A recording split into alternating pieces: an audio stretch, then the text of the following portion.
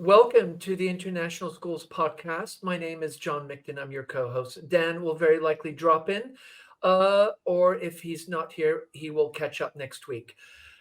All of us, of course, are different types of learners. We approach learning with different dispositions, different behaviors, different cognitive capacities.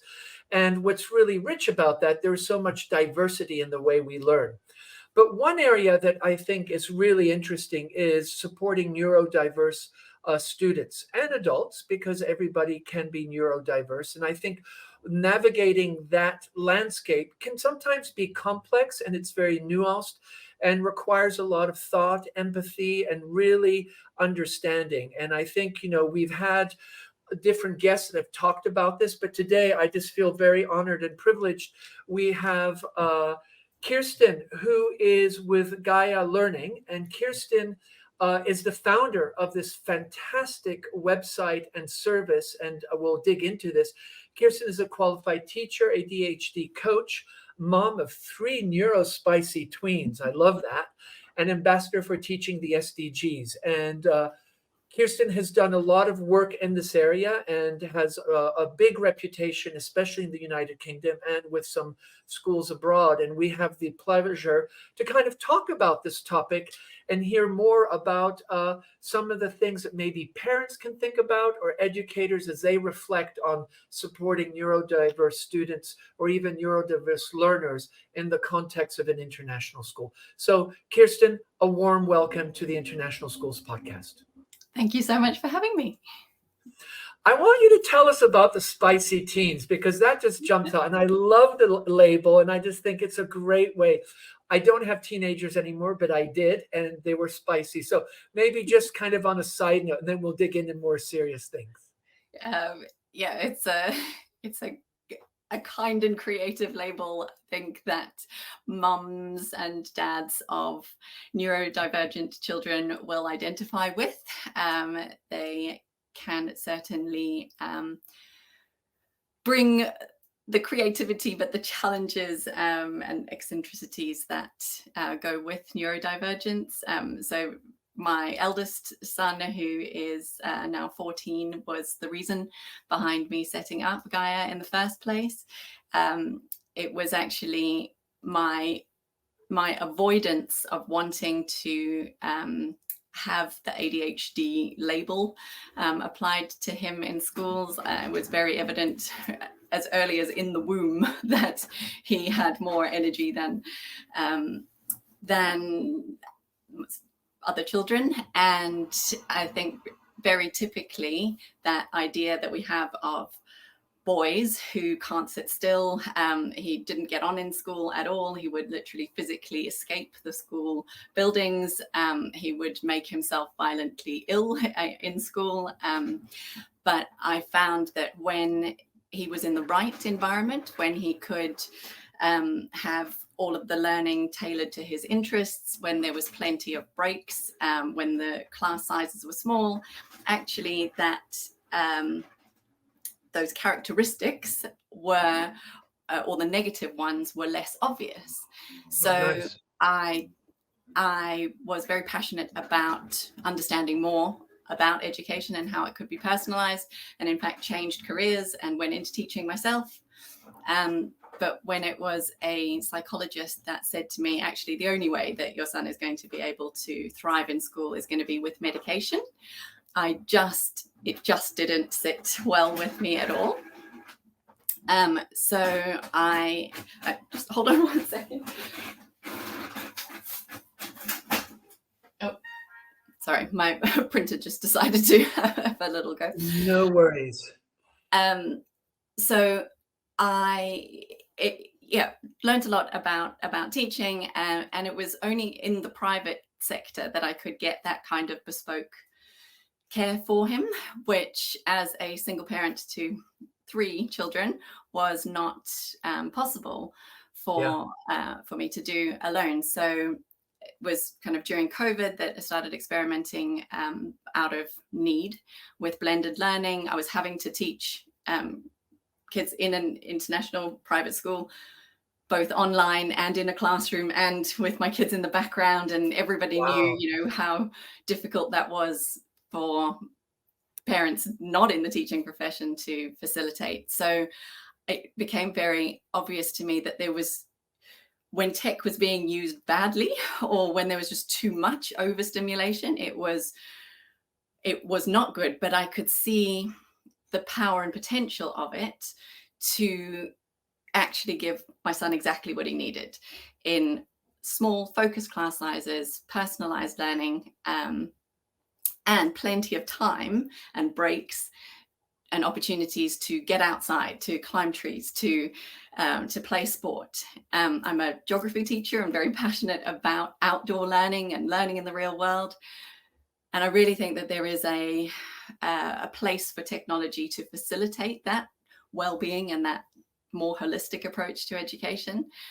So we take and have developed over the last few years what I realize now is a very unique approach to, oh, hi, Dan, to learning online. So it's not replicating school online.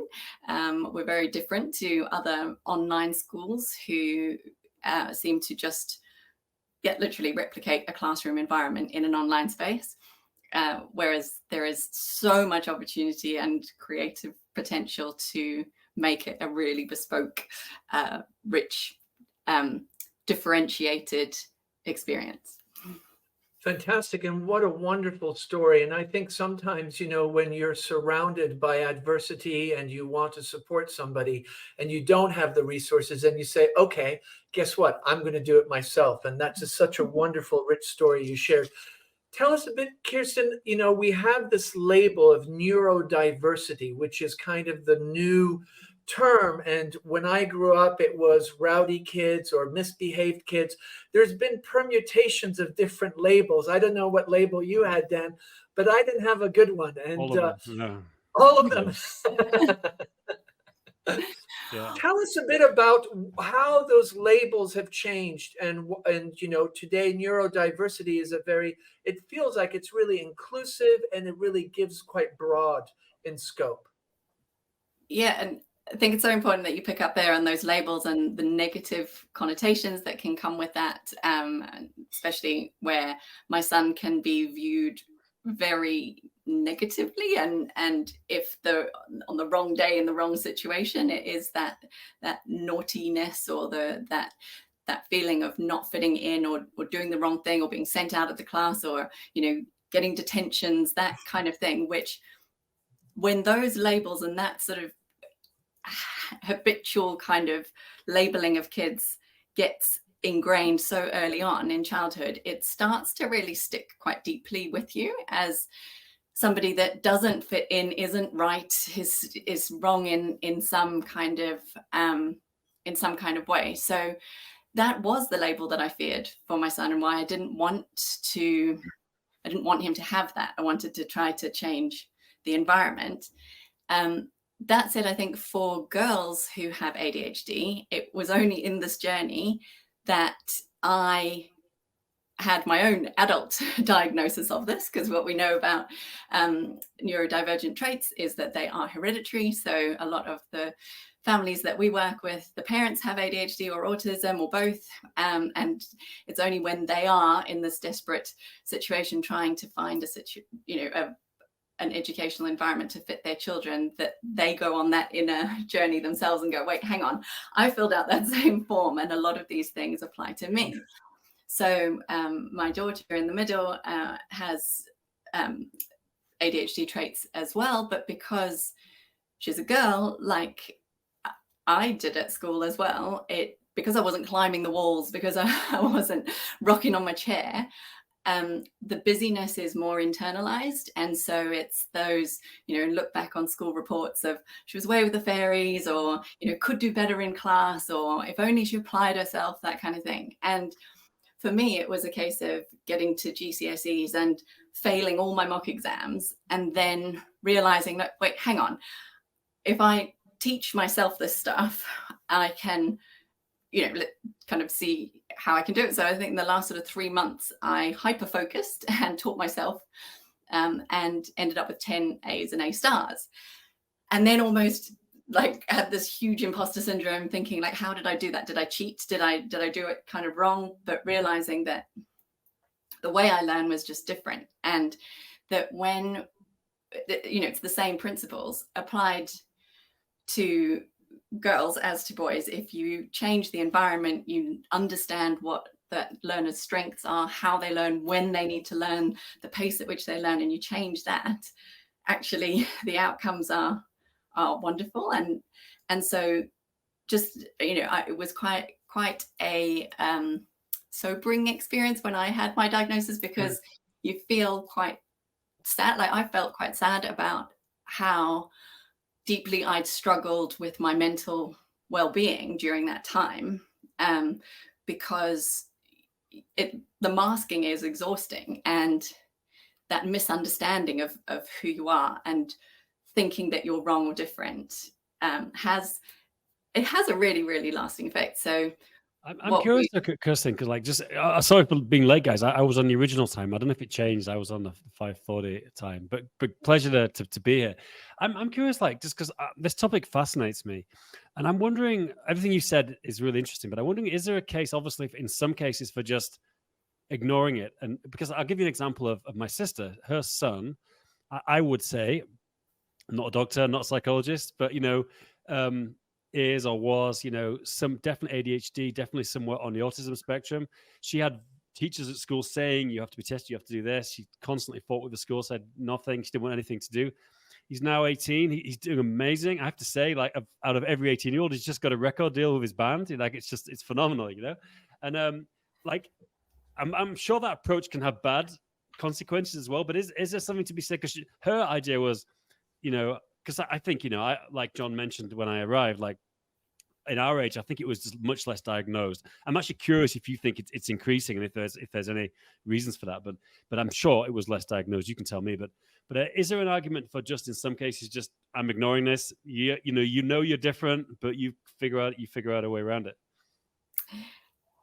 Yeah, very interesting questions. I think, you know, in the UK, adult diagnoses of ADHD only really happened after 2008. So it's not a surprise that there are more diagnoses, because, I mean, nobody knew about it. It wasn't a thing. And yes, I mean, I'm a case in point of, I didn't have that diagnosis at school.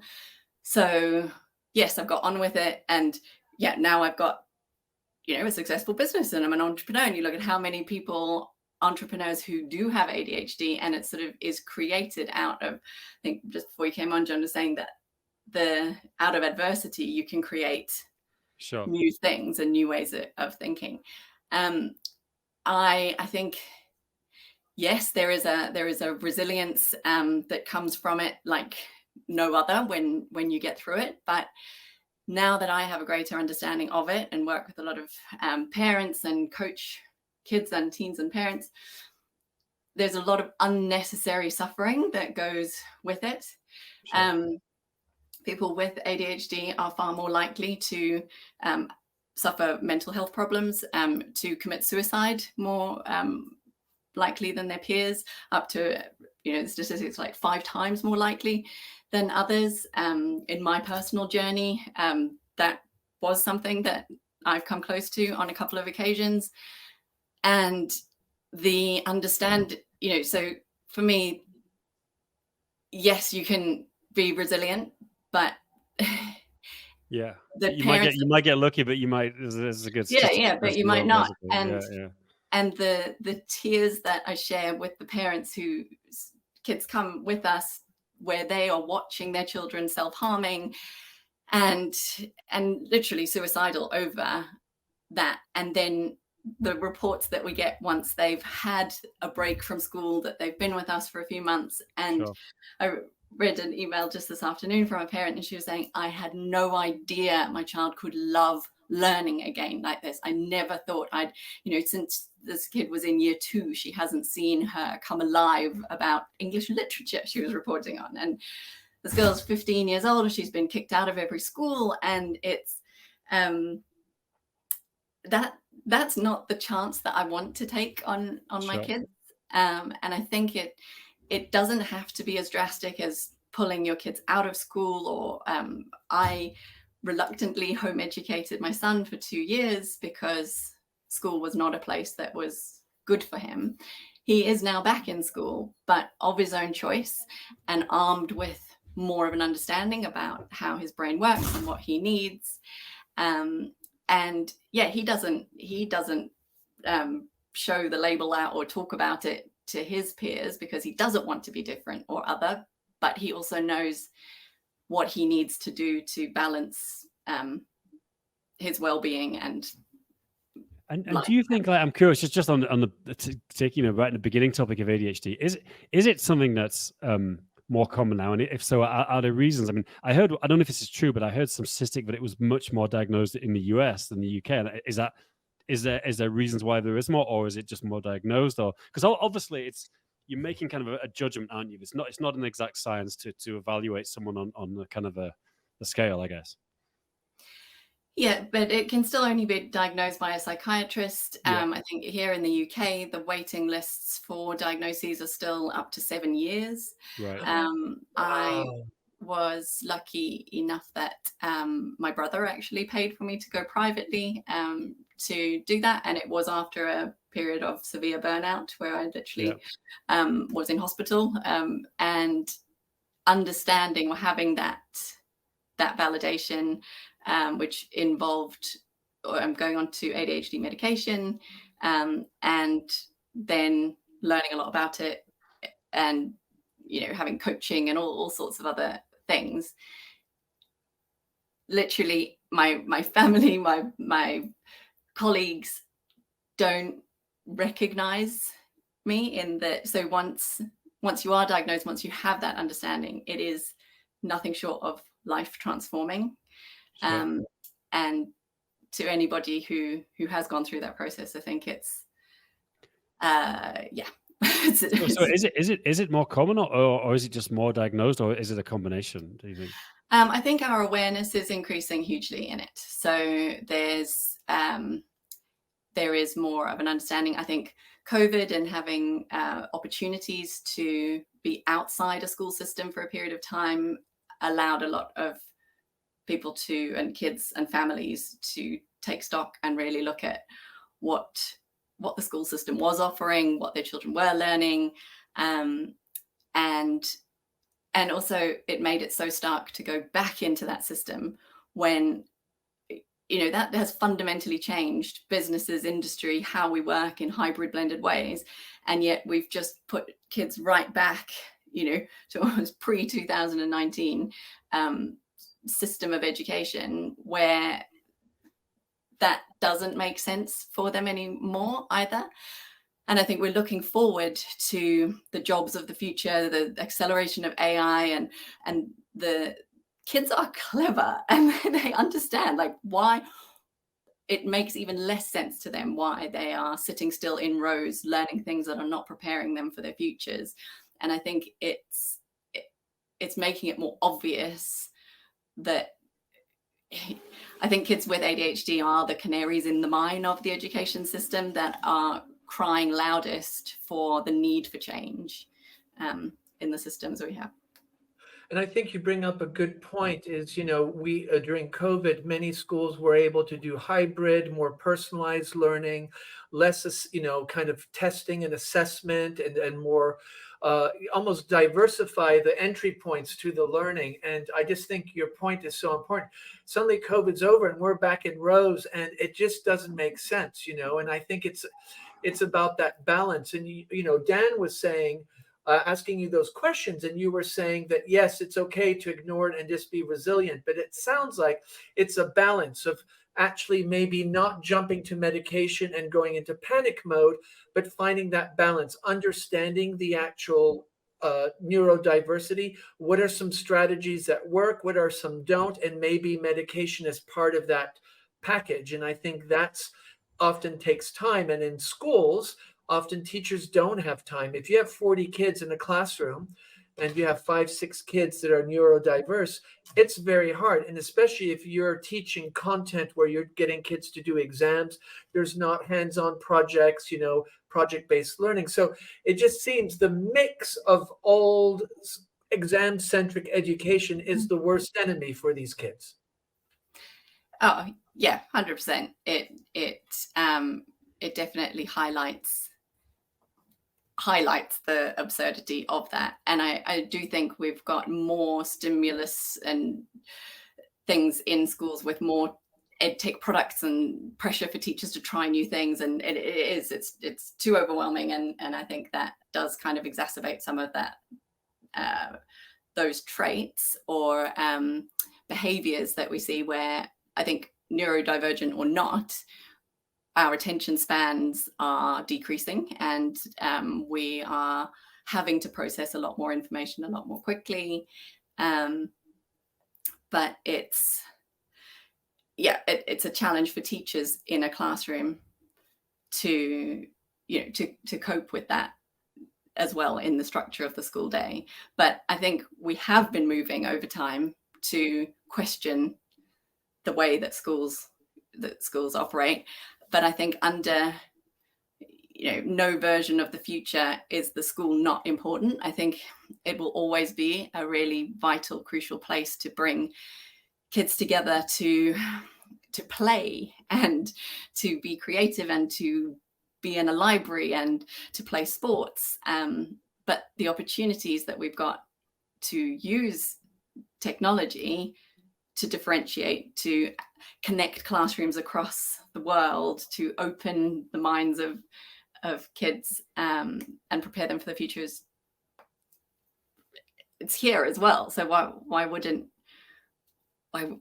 we need to evolve into that space. And if kids with ADHD are nudging us in that direction, then so be it.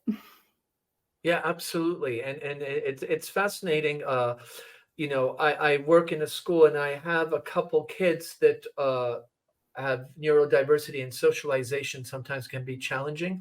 And also when they kind of focus on one thing, they go deep and really, so I have one of the students working with me with Lego robotics, and it's amazing how he's just taking it to a level that, I had not imagined you could do that with a bricks and some coding. So there is something to be said about so what would you say to parents? Because you work a lot with your parents. Again, Gaia Learning is the website. Do spend some time on there. What would you say to parents that are kind of struggling with this? And okay, they've got a diagnosis, maybe the school, or they got into that 7-year queue and they finally talk to somebody. What are some things you're doing with parents to kind of not appease them, but to kind of make them feel like this is doable? So you mentioned something about medication there, and about, not leaping too quickly into it. That was my main driver. I did not want to put my child on medication in order to cope with school. But one of the massively, validating, changing things that we can do is to help parents to not feel alone. So since I had my diagnosis, it's the validation of, yes, your brain does work differently, and this is why some of these things are harder for you, and to understand the 30% delay in executive function that you have compared to other people. So it's a combination of understanding that your brain is different, the sharing experiences with other parents and educators that, this is actually really hard. I called my kids neurospicy. It can really sometimes sting, these extra, more difficult, really challenging behaviors that come with it. So that first step, even just when they talk to us and they realize, do you know what, there is an organization out there that can still deliver education to my kid in a different way. Sometimes it's, a few months before they actually come to us, but they will access our support groups and talk about it, because being seen and being understood just is step one in feeling like you're not wrong, you're not other, you're not abnormal, you're just different. And then it's realizing that there are strategies that make a massive difference. Like right now, I'm standing here in my office because I'm really vocal about this, and places like LinkedIn, and somebody sent me a stand-up desk. So his company make raised desk specifically to support ADHD kids in schools.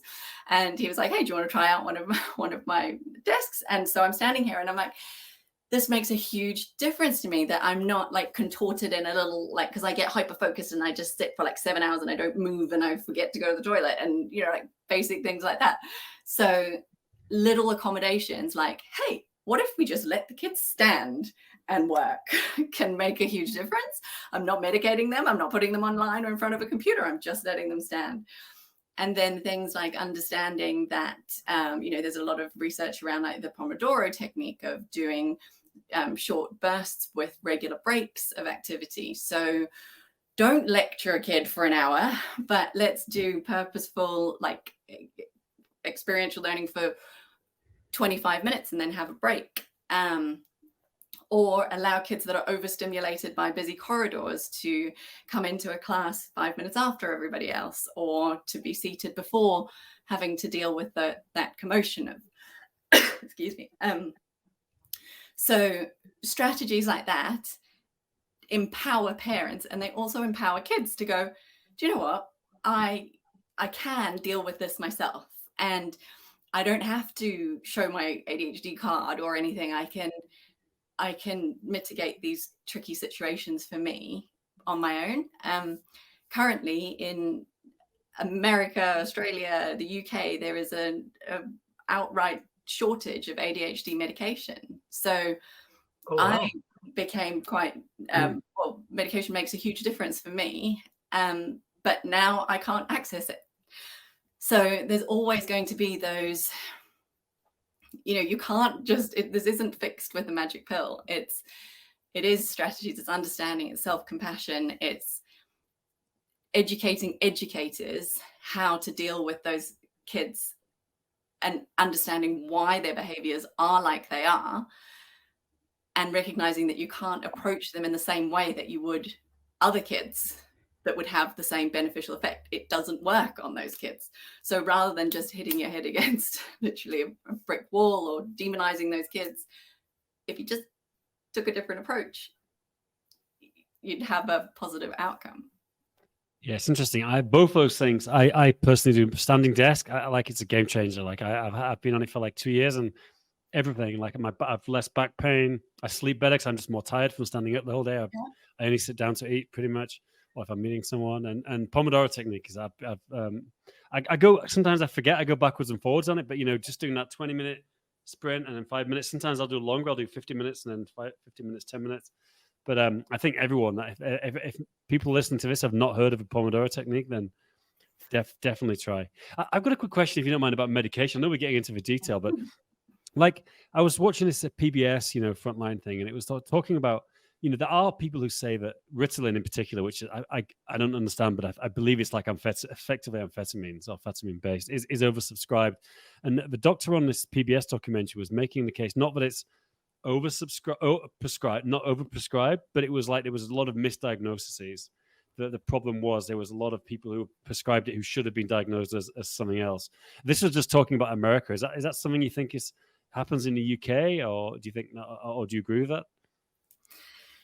I think that that's a distraction from recognizing that for a lot of people that is a very real solution, and is I think the percentage of people who are misdiagnosed is very small, and I think it is a massive shame to kind of highlight something like that diminishes the experience that people who really do have it are having, and the positive impact that a positive diagnosis and medication for treatment alongside a holistic approach is having. So I don't think that's helpful in discussions to focus on that. There was recently a documentary thing here in the UK that supposedly, you know, highlighted things like that, and there were a few dodgy clinicians involved in a thing like that. I think you're going to get that in any kind of you know, diagnoses of things. But no, I think so you think it's not, you think it's not misdiagnosed or overdiagnosed. It's like at the right level, at least in I guess the UK is what you know about the most, I imagine. Yeah, hugely. But I mean, we do know that you know, that this is like statistically there are a lot of people who have not yet been diagnosed. It's still very Sure. much not, I don't think we've reached the actual Right. tip of it. And I think it also just detracts from some very real, very tangible accommodations that we can make and tweaks to the education system that are just going to be good for everyone. So rather than singling out and demonizing neurodivergent kids and medication and stuff like that, rather look at, if this is symptomatic of something that kids don't fit into anymore anyway, what can we do? That there's a lot of those techniques that help everyone, whether they are neurodivergent or not. Yeah. And I think that's a far more fruitful focus area for us, and for funding and for research by governments into the effects of some of these accommodations within schools. I think that's a really interesting point you bring up, is the idea that a lot of the strategies in this holistic approach to neurodiverse children is actually good learning and good teaching. I'll just, by the way, I'm also a standing desk person. I've been doing it for 10 years. Absolutely love it. I could not live without it. Yeah, I can't sit down at a desk. Yeah. But I'm just thinking, I think there's something to be said, because in this approach to neurodiverse learning, and as Dan was saying, he does this 20-minute concentration and then a 5-minute break. All that, we know that, TED Talks are 20 minutes. They know after 20 minutes, nobody's going to listen, right? They say, you should speak for 7 minutes and then do an activity and then speak for 7 minutes. Those things, even, I don't think you have to be neurodiverse to realize that's just really helpful, because all of us find it hard sitting in a chair. I mean, I don't think we like sitting in a chair for 4 hours, even if you're binge watching Netflix. So I think your point's an important one, Kirstin, is that we need to think of this more as, yes, we're supporting neurodiverse kids, but let's look at also our approaches to learning, how we can support everybody in this journey. Would you agree, or do you see some? Yeah, absolutely, 100%. And our platform, our learning ecosystem is based around a lot of what is accepted by, neurodivergent or not, that a flipped classroom is really beneficial, because it's great that you can look at the material beforehand, that you can watch it again afterwards, that lecturers are forced to be really succinct with the points that they're going to make in that lecture. And it's not going to be great to have it for an hour, because that they're just going to scroll through it or put it on hyperspeed or whatever. So I think it is, from an employment point of view, the educators that we hire, we're looking for more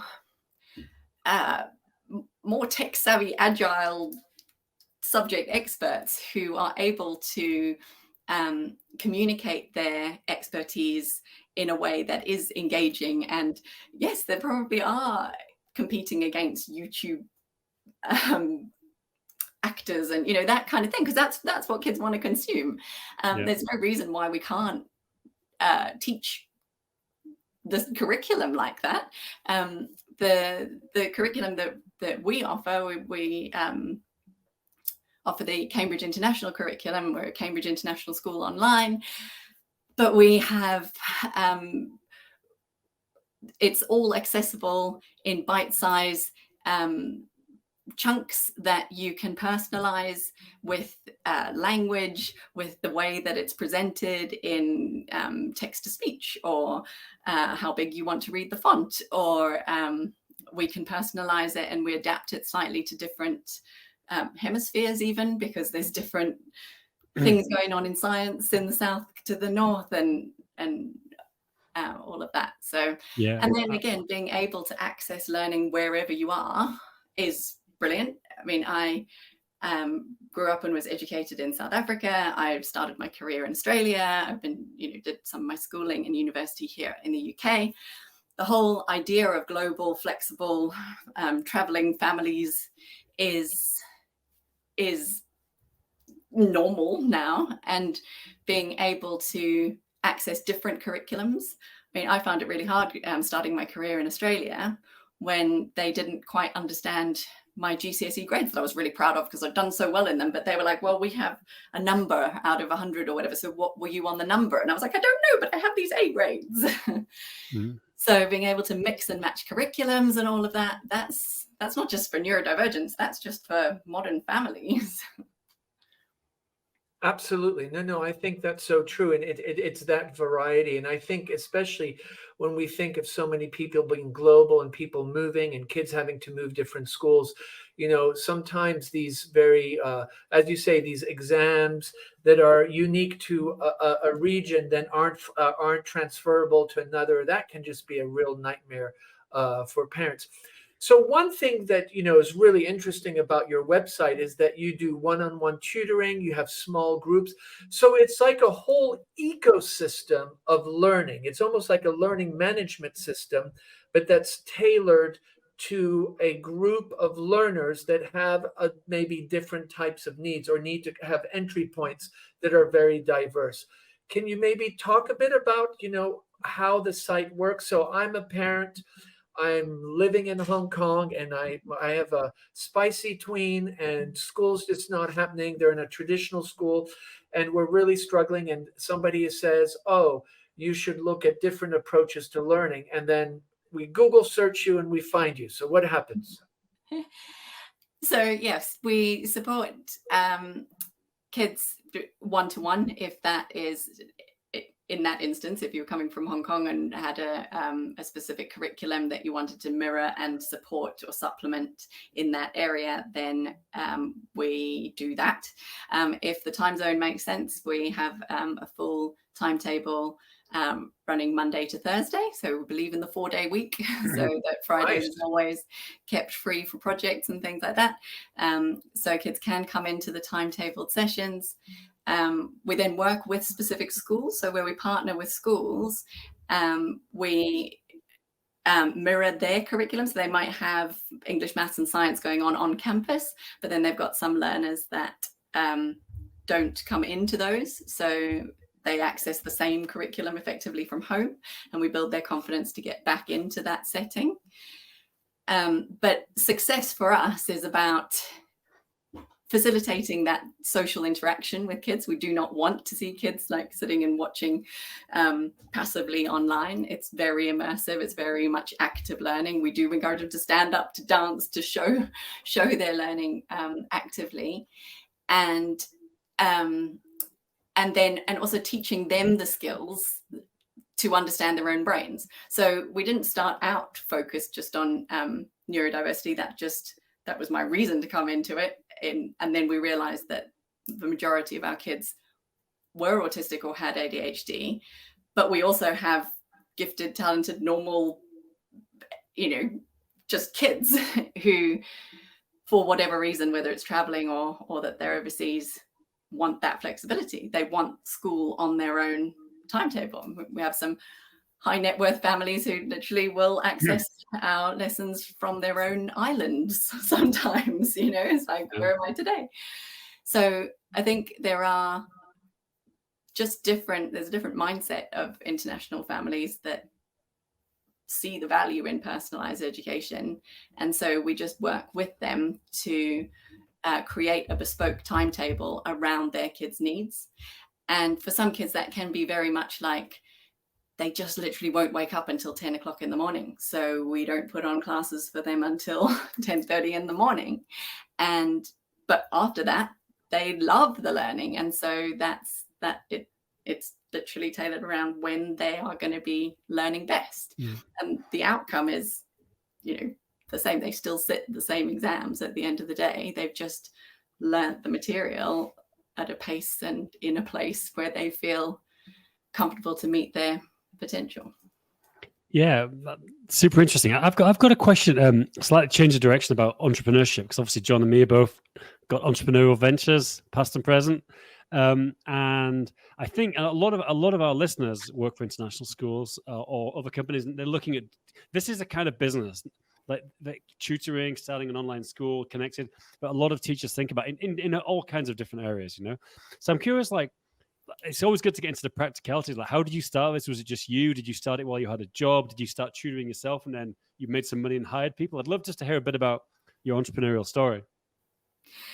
Yeah, sure. It did start while I was still teaching. So I actually, as I said, was teaching in an international private Apple school here in the UK.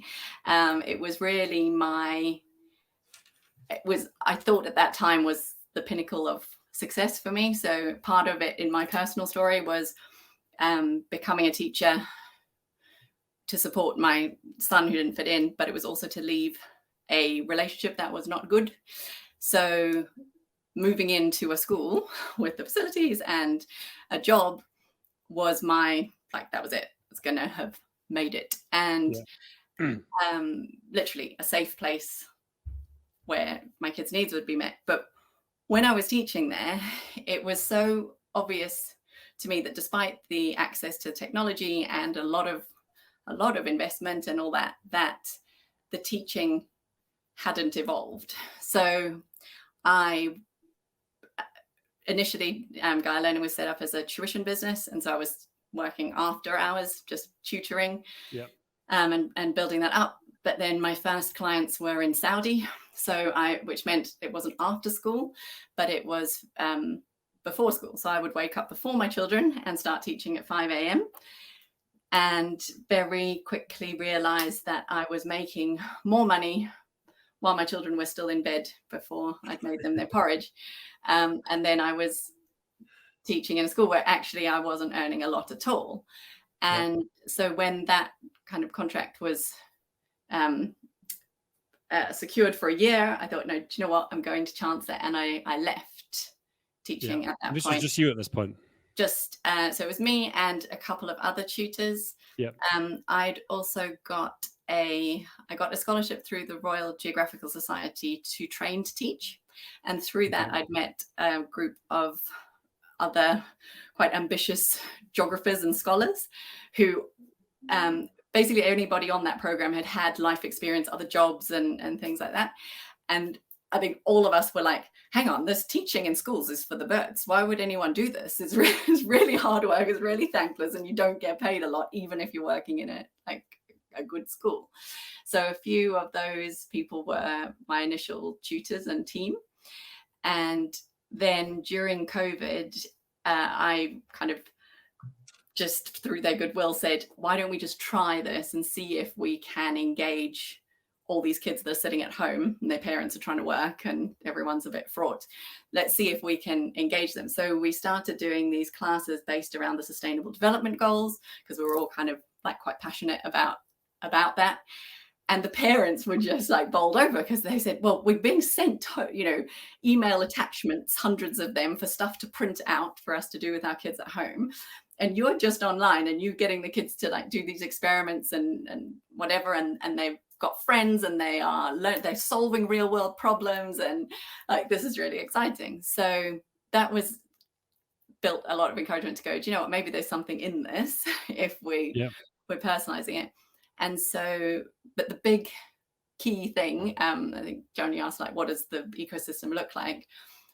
We are capturing skills as like rather than knowledge acquisition. We do that obviously, and it's like a byproduct that they can do the exams at the end of the day. But by tracking the skills across whatever project they're doing, it's that I think is the future-proofing thing, and that's what's gathered a lot of interest and excitement in what we're doing, because it's those digital credentials and the evidencing of the learning. Because in the personal situation that I was in, there was a lot of questions over, the homeschooling, would this work? And so I needed to do it in a way that evidenced and proved the learning. So the data gathering that we've got is incredibly rich, and we can track and monitor the increase in kids' verbal and written communication and the language that they're using and the skills that they're building in different areas. And combining that with how they're feeling about themselves, their holistic well-being, how many steps they took that day outside. and giving parents this really, really rounded picture of the progress that their kids are making, so they can be confident that to step outside the norm is something that's going to be really tangibly preparing their kids for the future. Can parents jump in during the week and see this data? I'm just thinking a bit like online banking. You know, I get my whatever investments or whatever I'm doing, I get a little snapshot and I can follow it. Is it the same idea, that flexibility? Yes. So we started partnering with schools as well. And so we actually had this very forward-thinking school that was like, do you know what? We're so desperate to get these kids engaged and nothing else has worked. We're going to have a chance it with you guys initially. And so we were reporting weekly to the local, their local council, and also to their SENCOs and the head teachers and the parent, or in fact, it was the grandparents or the carers that were involved in supporting these kids. And so we were very manually pulling out the data weekly and displaying it. And that literally kind of blew their minds. So that has been how the business is now evolving, in partnering with local authorities, multi-academy trusts here, and really quite forward-thinking schools who really get this, because now the tech that we've put behind it, you can see minute by minute. So we're reporting after every session what they're doing, how well they're doing. And then we are currently in an accelerator program called Baltic Ventures up in Liverpool here in the UK. So we got through quite a competitive process. And so we've got some funding now that we have invested into what we call Gaialytics. And I'll add to the show notes as well, where you can see what these dashboards look like. That would be great. Yeah. So, yeah. So I'm wondering now, with AI and ChatGPT and APIs, I assume you're very excited because now you were saying that you were doing some of this data extraction manually. I can only imagine what that was like. And so now with this AI, do you see greater potential? And is that where you're heading? So it's automated and parents can jump in and there's this kind of narrative that occurs, and you're really focusing on the teaching and different approaches instead of that back end. Yes. Yeah, 100%. It's already embedded in our virtual classroom. So we can see transcript data that we can interrogate with AI to personalize and give reports in formats that are appropriate to the different stakeholders. But we mainly use AI to personalize lesson planning and adapt resources to save educator time. But the AI is ingrained in Gaialytics as well, and we see the potential of that. It's hugely exciting. The challenges around that, though, are working in international markets and GDPR and student data and privacy and all of that.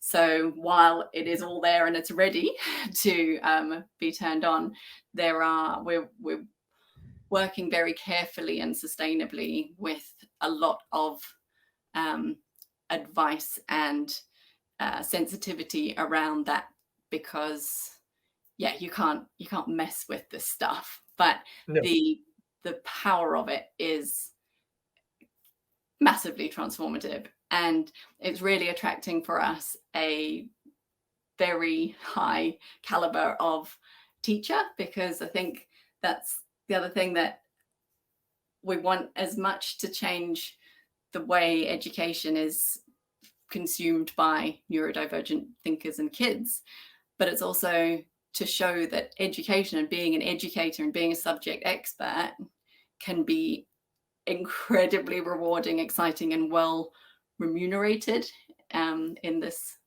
space as well. So it's an exciting time to be a teacher, I think. Well, I think if we kind of pause and think of the approach and the way you're using the analytics, kind of the real-time feedback, and this idea of, on your website, you say not more than 12 kids, 30-minute chunks, a lot of breaks. you kind of make it very explicit how you're doing these things. This could potentially, I'm just thinking there's some schools that might be listening to this is like, wow, we better like go and reframe and redesign, because this is really, I mean, as a parent, if I could know what my kid's doing every half hour, what skills they're improving on. I usually, I'm just thinking most parents get a report card maybe every 2-3 weeks, and it's about past events, less and less. I mean, there are things like Seesaw and digital portfolios where definitely schools are moving away from that. But I'm wondering, how are schools reacting when you sit with them and their approaches? What does that conversation look like for them? Well, what's really cool is the schools that we are partnering with will see the potential of it, but see us really as a partnership working with them, so that their structures and timetables can continue, but where they are finding it hard to engage certain students and they need to, historically it would be send them out to the green room, the pink room. There's all sorts of names for these places that, the naughty kids go when they're fidgeting on the chair and disrupting everybody. Well, now they can go, no, do you know what? Little whatever doesn't do well in that class. Now they can send them to us, but it's a great place to be. It's a nice, rewarding experience for that kid. And that all of the stakeholders involved in that child's education are all kept in the loop of what's going on when they're in that space with us. And so when they go back into the classroom, because they want to be with their friends and they want to be normal and they want to, be part of that, that everybody's got oversight of what's gone on and what's happened in that space. And so there isn't, no learning is lost and nobody's better or worse than anybody else. It's a truly joined up approach. And what we're getting increasingly is requests from international schools and, as I said, MATs and multi-academy trusts here in the UK, for us to build them their own online school, which is with the accelerator program we're on now. That's the next phase in our roadmap. So you would actually franchise out? Well, essentially white label the Gaia software so that schools can implement it within their own learning ecosystems as well. But what we're finding a lot is that schools are really good at what schools do. And there's a different skill set to be an in-person teacher and, facilitating an in-person classroom. So the skill set for the educators that we have online is different. So while we've had some conversations with international schools where they want to eventually hire their own local teams and deliver live classes on their own, that's absolutely fine. But that's why we also offer teacher training and digital learning programs to teach teachers how to teach inclusively online using a digital platform, because it is a different approach. So all of those possibilities are all there, and it's just where schools want to spend their resources and their energy. And for a lot of the current partners we have, it's more sense for them to go, you just do that online bit. We will just give them the laptop and the space, and we take care of the other bit. But we're hugely transparent on what's being taught there, how it's being taught, what progress those kids are making, so that they feel like, we're working alongside, partnering with them, not in competition with anybody. Well, that's great. The partnership and kind of the shared vision. I think that's really important, especially for schools, that they feel they're equal partners in the conversation. I think that's really important. Are you funded only by bums on seats? Yeah, so the business has been bootstrapped to date by myself and my business partner, Kate Longworth. And it's only in the last few months that we have had some outside investment, as I said, from Baltic Ventures. And we are currently in negotiations with some investors in our first seed round. So that's quite exciting. For us. Yeah. Yeah, that's great. And do you have competition? Is there a Gaia Learning somewhere else but called something else? I don't think yet in terms of the both the direct teaching that we offer. There are obviously alternative providers who do support schools and to engage kids online. So yeah, there are a couple of those here in the UK, but nobody really doing it in the way that we are, especially with the Gaialytics, the analytics, the data behind it to suit. But then again, there are competitors in that space doing that as a thing, like data and aggregating that for schools. I think what's really unique about us and Kate and I is the real lived experience as parents of these kids. We know how easy it is for our own kids to shut that laptop if they're not interested in what you're saying or what you're doing. It's as much about the pedagogy behind the approach, as well as what to meaningfully do with that data, and also the looking ahead to what skills we are actually equipping kids with. So really highlighting those in a way that make it meaningful for kids going forwards. And I think right now our funding, yes, is bums on seats of working with schools. That is our revenue stream. But it's the future proofing that and looking ahead to actually, where does this go? How does this transform education? Absolutely. Fascinating. It's just so interesting. And also the Gaia analytics. I mean, information is power. And Definitely. all of us know that, the tech companies just love all our behavior, as they call it, behavior surplus. They're making billions. So any information that is so helpful. And I think also for parents and educators to have real-time feedback, you can really tweak and be quite agile in the way you respond and reshape the type of learning activities and engagements that you curate. I think that's just fascinating. And I think even more importantly than the parents and local authorities and all that understanding it, it's for us, it's empowering kids to understand. Yes, thank you.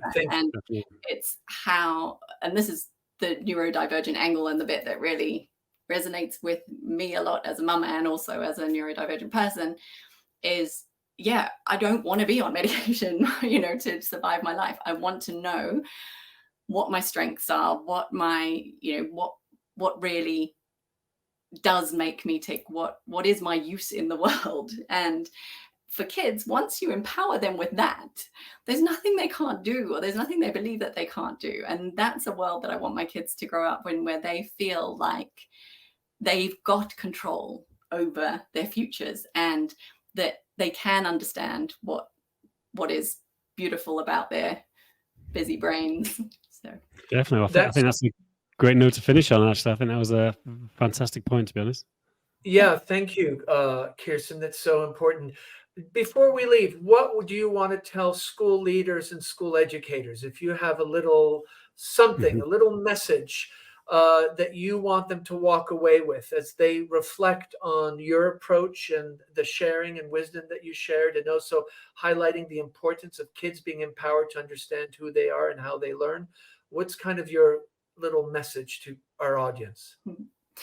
My message is to not be afraid of technology, to not be afraid of empowering kids with the knowledge of their own, of how they learn, to let the reins go a little bit, but to embrace this, to understand it, and to work with us if they wanted to partner in that way. That the future of education is a joined up approach. It's a bigger ecosystem.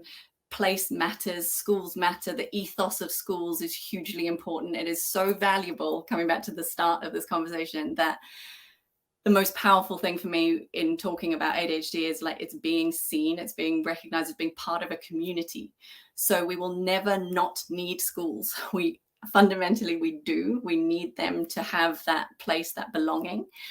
But we do need to open our minds a little bit more in the tech space and look to how we can partner with and empower our kids in ways that are going to prepare them for their futures. So be really keen to talk with any school leaders who want to find out more about Gaialytics or having their own version of Gaialytics or school online. Fantastic. So to our audience, it's GaiaLearning.co.uk, and definitely delve into the website. And then Kirstin's been very generous. There's show notes, and she will also put in the Gaia analytics, so you have some screenshots to see what you are. And she's put all her social media, so reach out to her if you have further questions or you want to learn more. Thank you so much, Kirstin, for the journey that you shared, and also reminding us how important it is that kids need to be empowered to understand how they learn. And that's really a poignant way to finish. Thank you so much for being on the podcast today. Thank you, John. Thanks, Dan.